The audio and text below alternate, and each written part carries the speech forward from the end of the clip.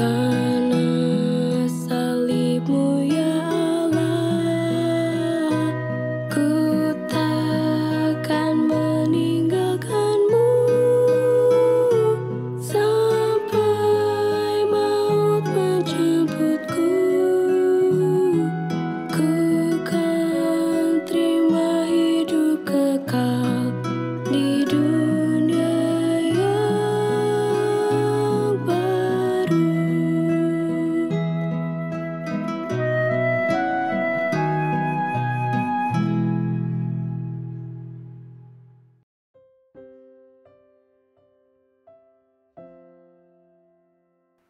Salam damai, shalom, dan salam kasih Tuhan buat kita semua.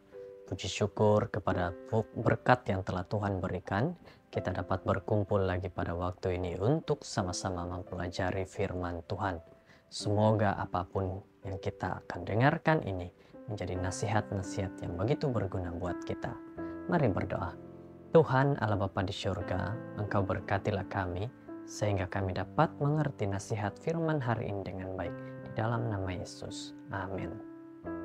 Saudara-saudara, pada kali ini kita akan mempelajari satu judul lagi, yaitu 1000 cara melayani Jun 4. 1 Petrus 4 ayat 10 berkata, layanilah seorang akan yang lain sesuai dengan karunia yang telah diperoleh tiap-tiap orang sebagai pengurus yang baik dari kasih karunia Tuhan.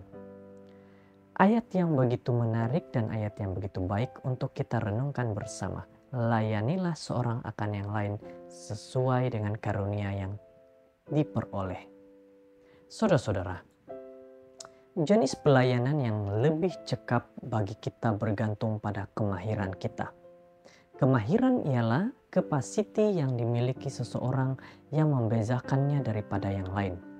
Ini boleh dianggap sebagai karunia yang diberikan oleh Tuhan yang boleh dikembangkan bergantung pada kegunaan karunia itu.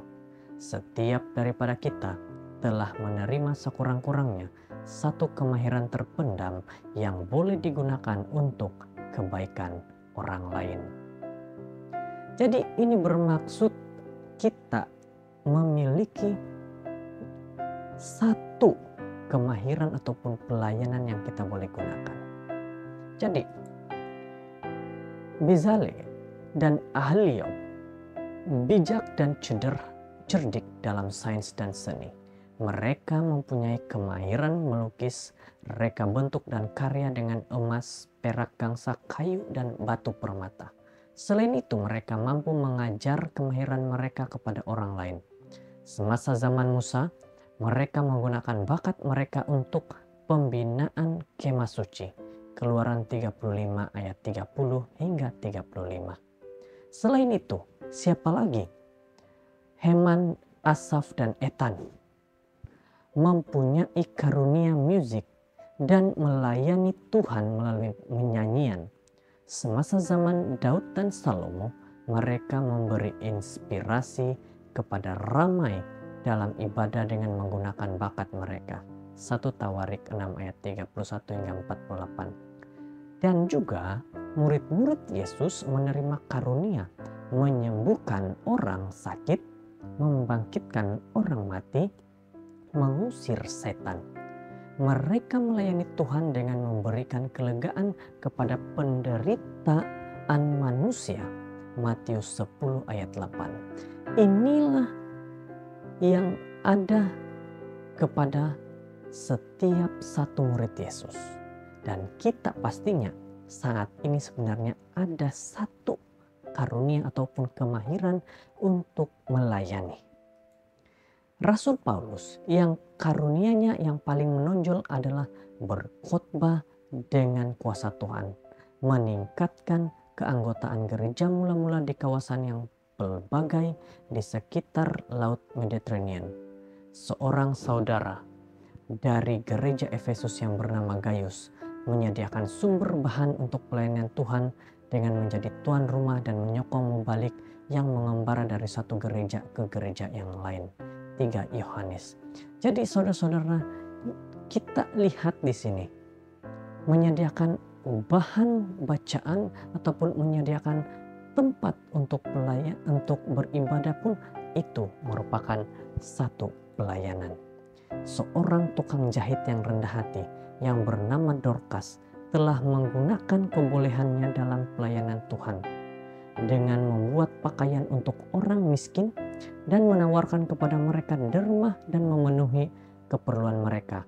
Kisah Para Rasul 9 ayat 36 hingga 43. Jadi kita boleh lihat di sini renungan ini memberitahu kepada kita bahwa saudara-saudara kita memiliki paling kurang satu kemahiran dalam pelayanan.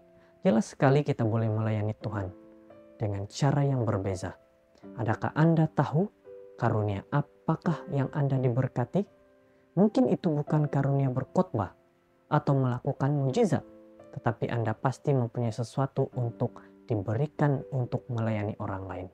Lakukan pelayanan dengan sepenuh hati yang telah Tuhan berikan.